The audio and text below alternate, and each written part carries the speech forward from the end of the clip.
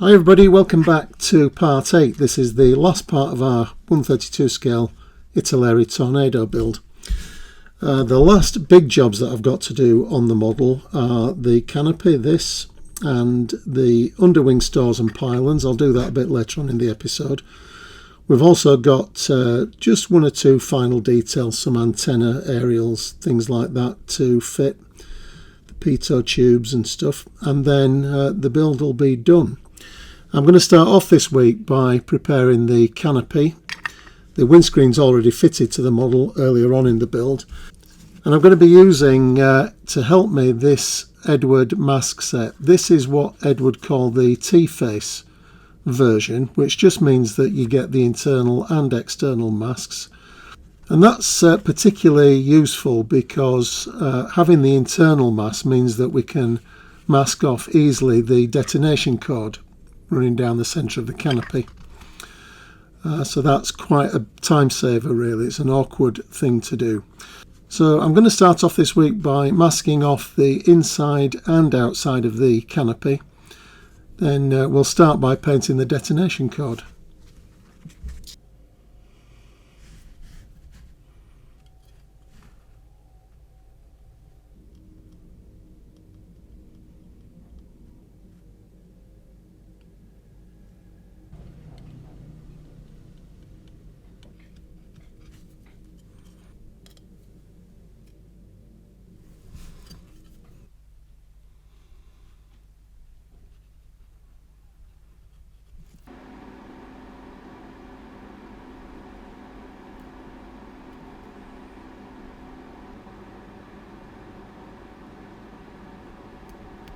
So I'm going to mask the gaps off now with some liquid latex, and I'll just decant some into this, which is actually a mask-all bottle.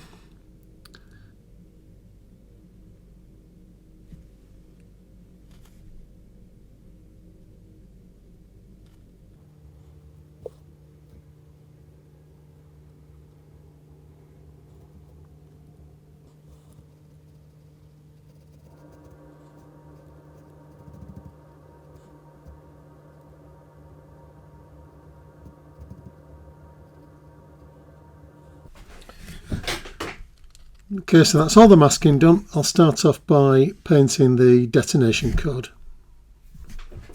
With the detonation cord masked off, I've gone ahead and painted the interior frame in black. And hopefully when we unmask all that, we should have a nice interior to the canopy. So now I can paint the exterior. That's all completely masked off, ready to go. So I'll put some light aircraft grey on that and a coat of gloss varnish ready for the few decals that we need to put on the canopy frames.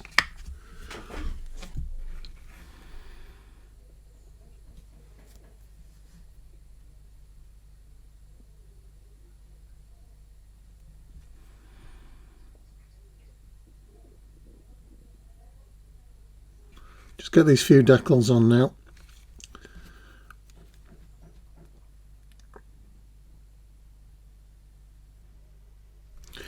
These warning triangles are from the kit decals, and the crew names are obviously from the Eurodecals aftermarket sheet.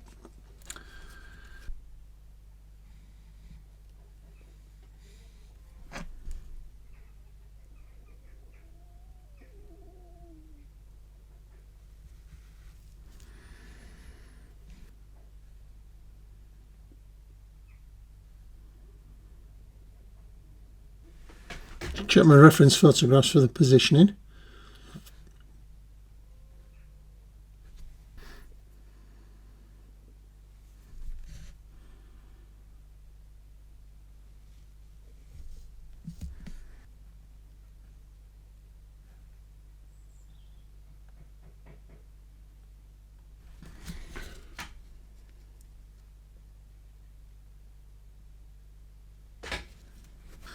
So I need to let those decals dry now and follow it up with a coat of flat varnish on the exterior.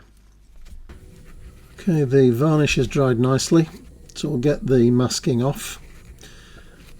There's still a little bit of work to do on this. I've got the detonation cords at the bottom to paint in, but they're a bit of a strange shape and they're not included in the T-face masking set. So I'm going to have to make the masks up for those myself.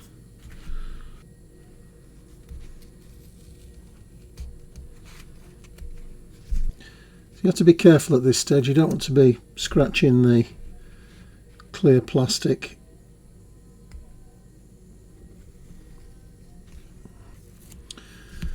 Masking the inside of the canopy off took a bit of brain power, I have to say. It was quite difficult to work out where the detonation cord was. I initially got the masks on incorrectly here at the back and missed this band which sort of mirrors, goes parallel to the rear frame here, but I just caught that in time before I put any paint on, otherwise I'd have ruined a canopy. So you'll see at the end what the masking should produce. Let's see if I've got it right.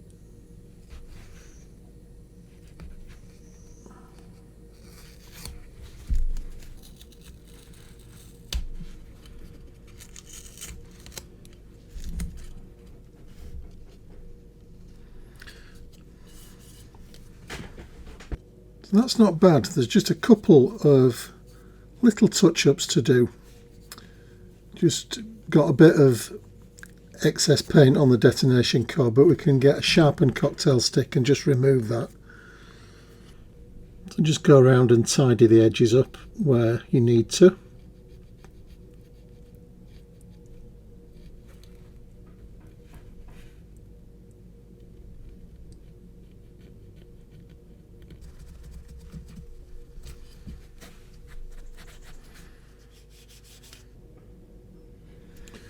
That's looking good. I'll just do the little bit more work on the detonation cord at the bottom. I'm going to assemble all the canopy parts now. Just make sure it's clean, because once all these interior rails and the mirrors and things like that are on, it's not going to be easy to clean any marks off, so do it at this stage.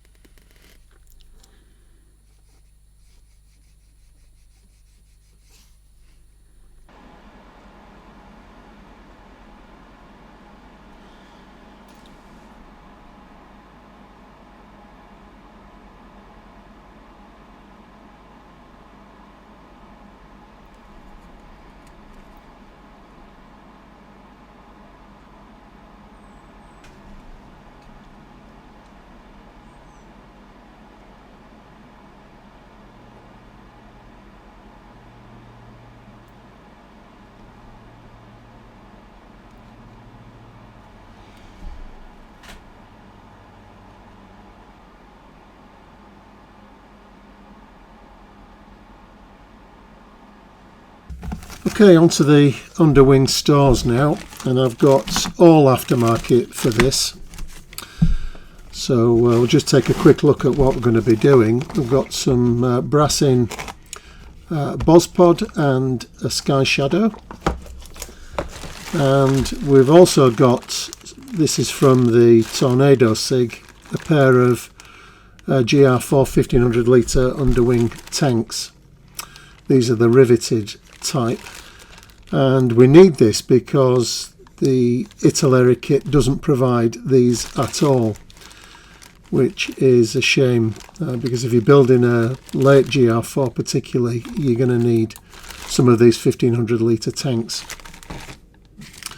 We've got the pylons. These are accurate for an RAF version.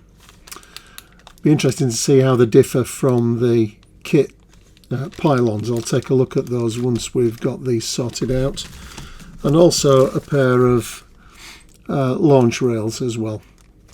These attached to the inboard pylons, I think. Yes, the inboard pylons.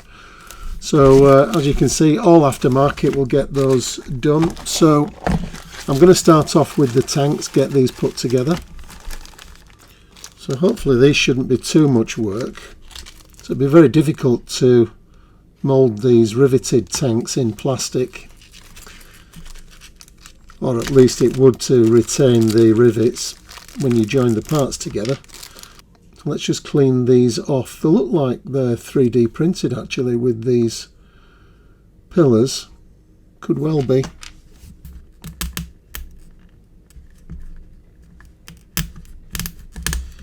The kit tanks, by the way, are the 4-fin, I think the 2000 litre or 2200 litre, not sure which, but they're certainly not right for the aircraft that we're building here. I'll just clean these up off camera. I'm just going to sand off the remnants of the support pillars.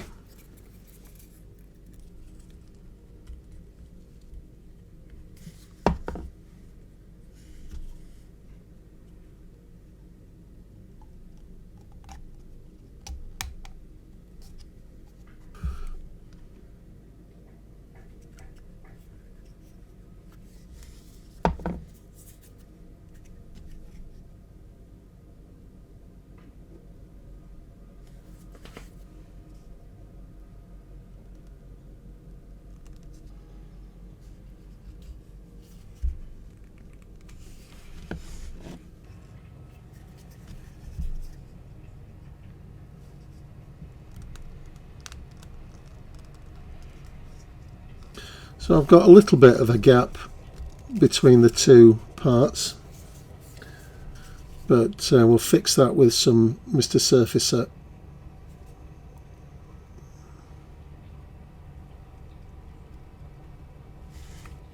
This is Mr. Surfacer 500.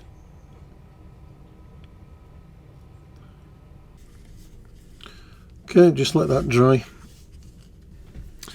So while we're waiting for the Mr. Surfacer to dry on those tanks, I'll put the sky shadow together. So again, I'll just need to mask up because I'm going to use a cutting wheel and it'll send this resin all over the place, so I need a mask on for this step.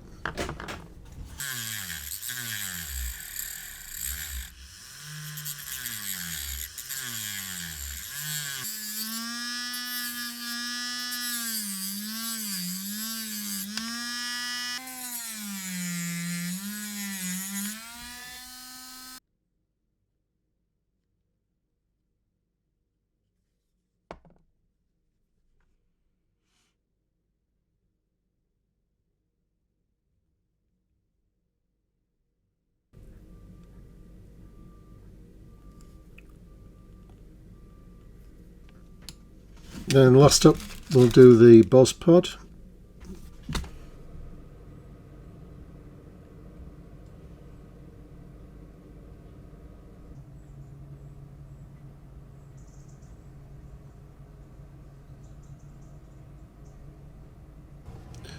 So just clean up this join now, and just going to cross the join with some Tamiya lacquer thinners. So obviously this method is better than filling and sanding because you lose the detail on the parts, all the rivets around this join. So this preserves all that detail and gives us a nice clean join as well.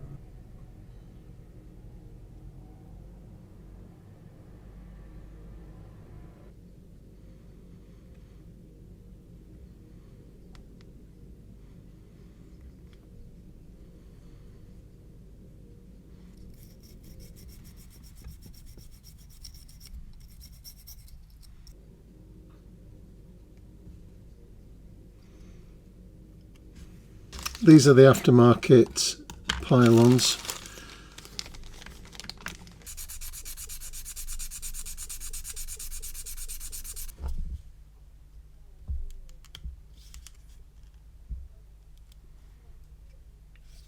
Okay, so I've got the stores primed up now. This is Mr. Surface of 1500 grey, and I'm just preparing them for mounting onto the pylons later on.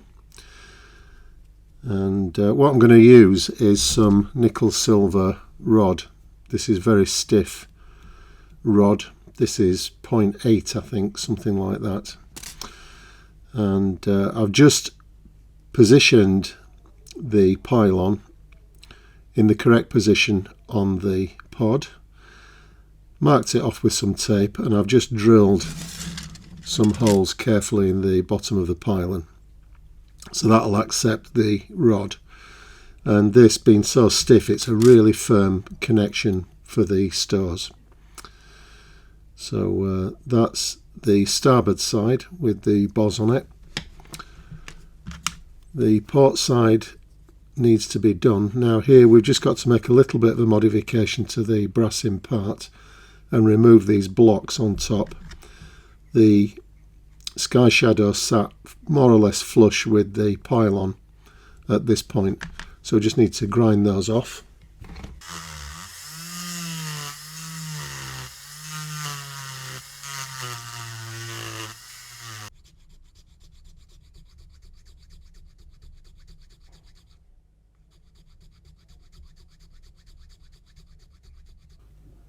I'll just check the position of that, and I'll just drill the holes for the rod now.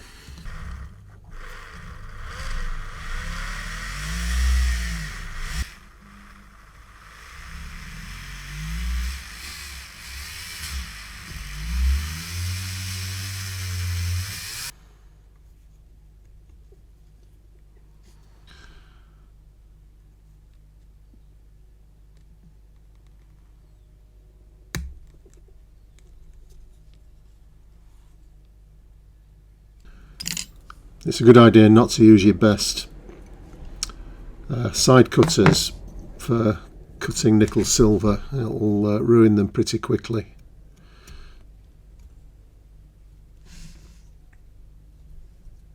The tanks are a push fit onto the inboard pylons, so they don't really need pinning. That should be strong enough.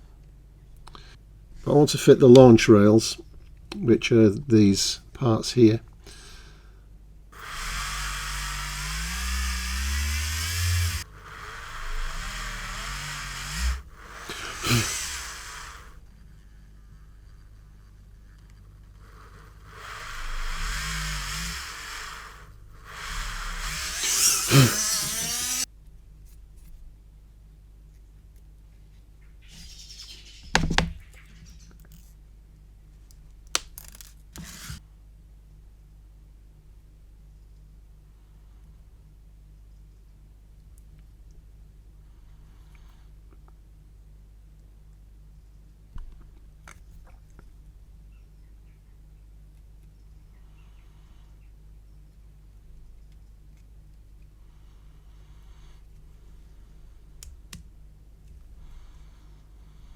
I think you can get the aftermarket pylons without the adapters as well. I'd be surprised if you couldn't. Now, in many of the photographs I've got, the aircraft just carried a launch rail on the starboard side, I think it was. But I do have some with the launch rails on both wings. And because I've got the pylons with the adapters on, I will fit both. Okay, so that's all the parts done. I'll just get these pylons primed up, and I'll give all these parts a coat of medium sea grey, and after that it'll be time to get some decals on. Okay, so we've moved on quite a bit here. I've pressed on with these parts, given them a coat of MRP medium sea grey, a gloss coat, and then I've added the decals, most of which are from the kit, but I've used some Edward decals for the stencils here on the tanks. There are no decals in the tank aftermarket kit, and the no step marks don't appear in the kit either, so Edward provide those.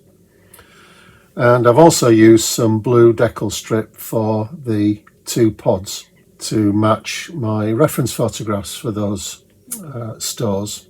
I've also done the pylons using the kit decals as well, which are a great fit for the parts, obviously. So we're all ready to go with a little bit of weathering. I'm not going to go overboard with the weathering on the stores. On the reference photographs I've got, they appear fairly clean. And that is quite a nice contrast as well to the weathered airframe. So I'll get on with that now. Just use some of our grey wash that we used on the main airframe, and just really work around the panel lines on these. I don't want them to be too grubby when we've finished.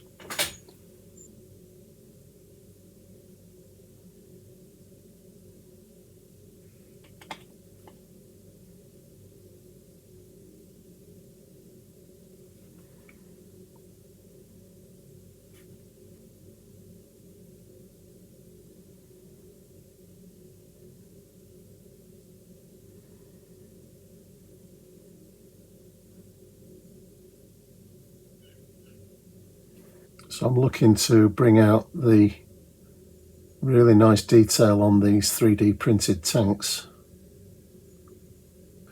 So I'll carry on applying this wash to the other parts that we've got here, and once that's dry we'll come back and remove them, get a bit of weathering going on with them. Now I leave these AK panel liners for a couple of hours to make sure that they're pretty well dry, and just at that point you can start to remove the excess with, I'll just use a kitchen towel.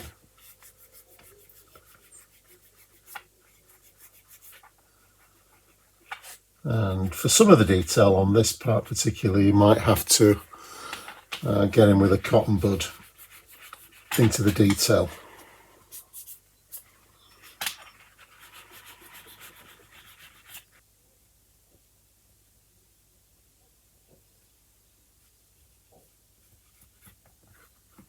At this point you can use your references to leave some of this wash on, just to reflect the degree of weathering that you've got on the particular aircraft that you're modelling. In this case, these were pretty clean,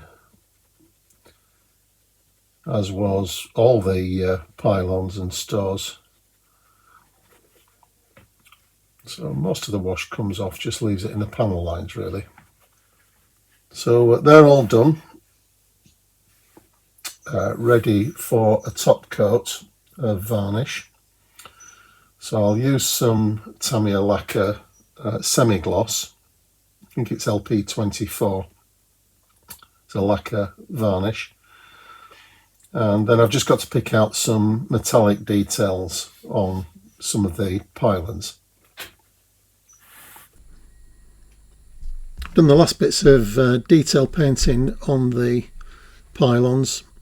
These are just the, I'm assuming they're the mounting bolts of some sort on the pylons here. Just pick those out in a little bit of Tamiya lacquer titanium silver. So I can go fit those to the model now, and I'll also put the stores on. It's difficult to do on camera because it's now quite a heavy and pretty unwieldy model, and I don't want to take any risks trying to manoeuvre it under the camera. But I will get some photographs at the end of the video with all these fitted.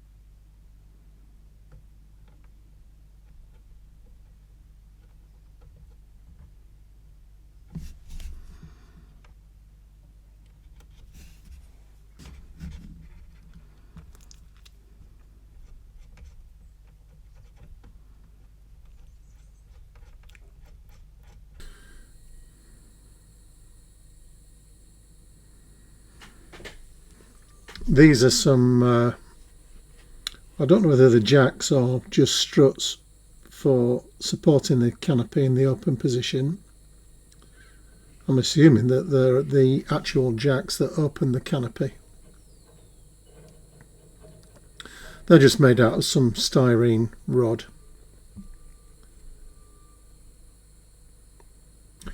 So that's ready to fit. I'll bring the model over and we'll get that popped on. I'm going to put the boarding ladder together. It's provided in the kit together with a bit of photo etch.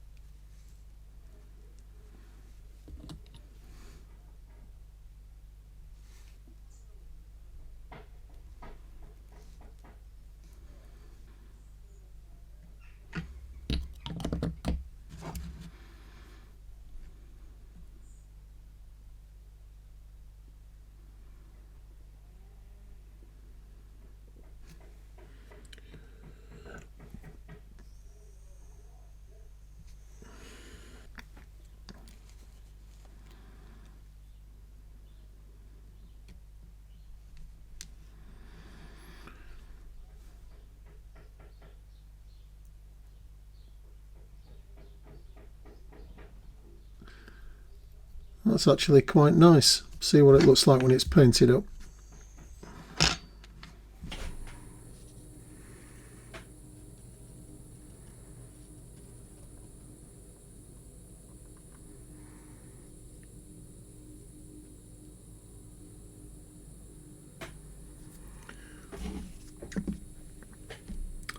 Okay, I'm just going to leave the canopy to set. This has had canopy glue on it, which is this Formula 560 that I use. It's just a PVA, white PVA really, but it does take a while to dry, so I'll let that happen, and then we'll get some photographs taken for the end of the video.